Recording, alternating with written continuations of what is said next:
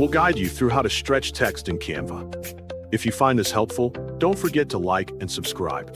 Start by opening your browser, then search for Canva using the search bar so you can reach the main website. Click the first site that shows up on the results page so you can enter the platform. Once you land on the site, log into your account or create a new one if you do not have one yet.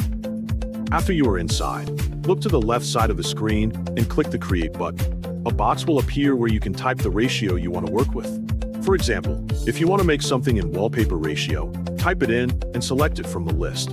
When the new canvas loads, go to the text section on the left panel and click Add a text box.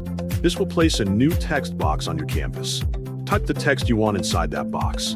From here, adjust the size of the text based on what fits your project. You can also move the text around the canvas until it sits exactly where you want it.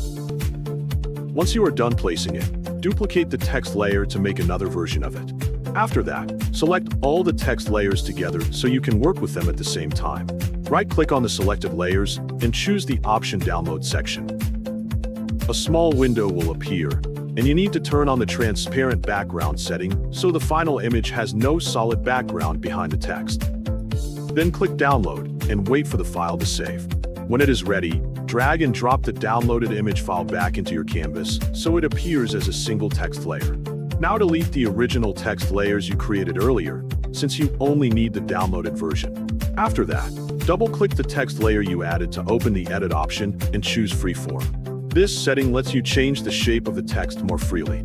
To stretch the text, hold the Shift key while dragging one of the sides of the text box. This will pull the text smoothly without bending it too much. Keep dragging until you get the exact stretched effect you want.